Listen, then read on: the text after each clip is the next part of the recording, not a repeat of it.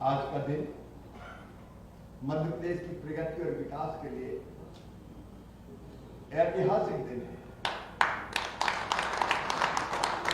ये केवल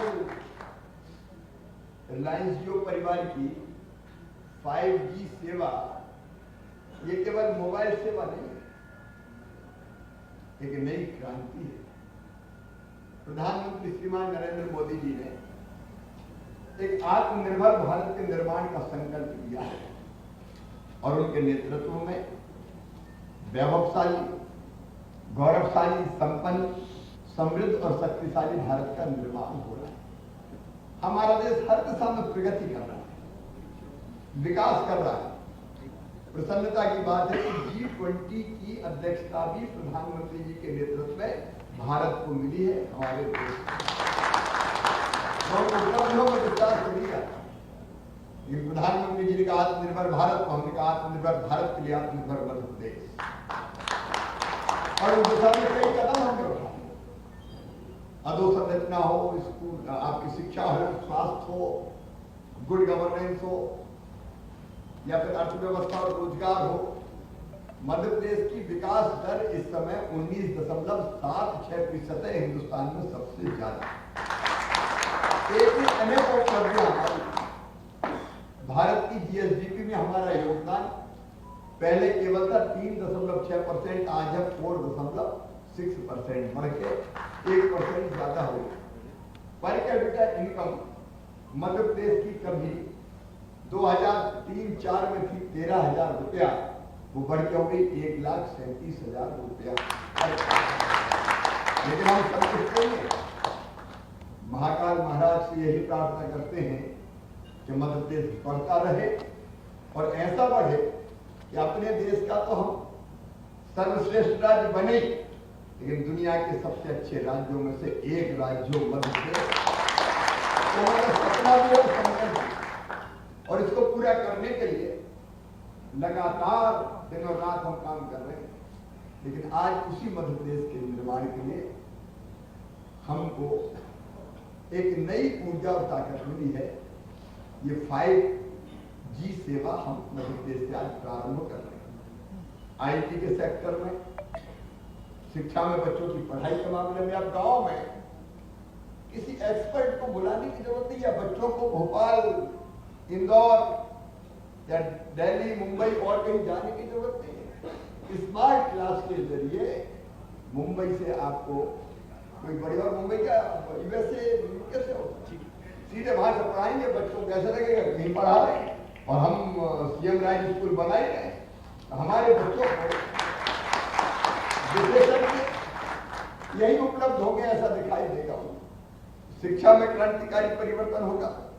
उद्योग जगत के जो अलग अलग सेक्टर है, विशेषकर मैन्युफैक्चरिंग सेक्टर, अब देखिए मध्य प्रदेश में ग्लोबल इन्वेस्टर समिट, रोज उद्योगपति आ रहे हैं।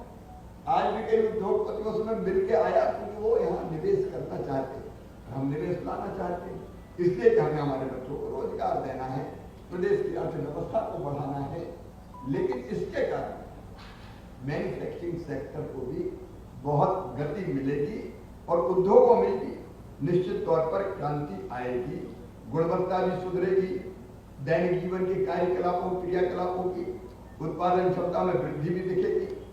छोटे, मध्यम, बड़े MSME सब उद्योगों में लाखों नए रोजगार के अवसर सृजित होंगे।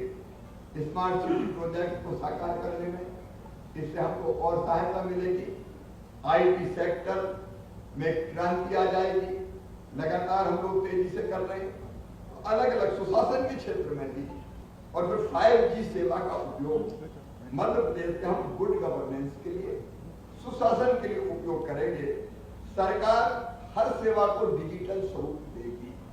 अब आपने देखा DBT आजकल करते हैं तो बीच में पैसा खाने की संभावना खत्म हो गई। एक जमाना तो जब नगद पैसा देते थे, तो अगर 5,000 देना तो 200-400-500 रुपये इधर पटक दो, ये कई बार हो जाता था।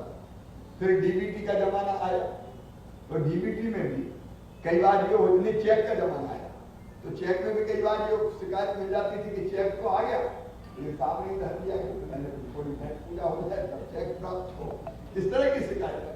तो फिर DBT का युग आया। सीधे अकाउंट में पैसे डाल दो, हमारे सुरक्षा और अपराधों की रोकथाम। वैसे तो हम अपराधियों को कुचलने का काम कर ही रहे हैं, लेकिन टेक्नोलॉजी का इस्तेमाल करके साइबर क्राइम जैसी और अनेकों तरह के जो अपराध हो रहे हैं, उन अपराधों को रोकने में हमें 5G सेवा के उपयोग से बहुत मदद मिलेगी। वैसे भी मध्य प्रदेश शांति का टापू है, हम और इसको शांति का टापू बना पाएंगे। परिवहन के क्षेत्र में हम जानते हैं, सड़क हो, रेल हो, वायु मार्ग हो, उनका संचालन और सुगम रूप से संभव हो सके, इसमें 5G बहुत उपयोगी साबित होगा। लॉजिस्टिक के क्षेत्र में माल परिवहन की सटीक ट्रैकिंग, यहाँ से भेजा तो वहां पहुंच रहा है कि नहीं पहुंच रहा, रास्ते में नहीं तो पता चला कि रास्ते में से ही गायब हो गया, ट्रक पहुंच गया तो माल गायब हो गया। लेकिन इसमें से पूरी ट्रैकिंग ठीक ढंग से हो जाएगी, मॉनिटरिंग बेहतर कर सकेंगे और बेहतर ट्रैफिक मैनेजमेंट सिस्टम के कारण दुर्घटनाओं में बहुत कमी आएगी। हमारे चैनल को लाइक, शेयर और सब्सक्राइब जरूर करें और नई अपडेट्स के लिए बेल आइकन दबाना ना भूलें।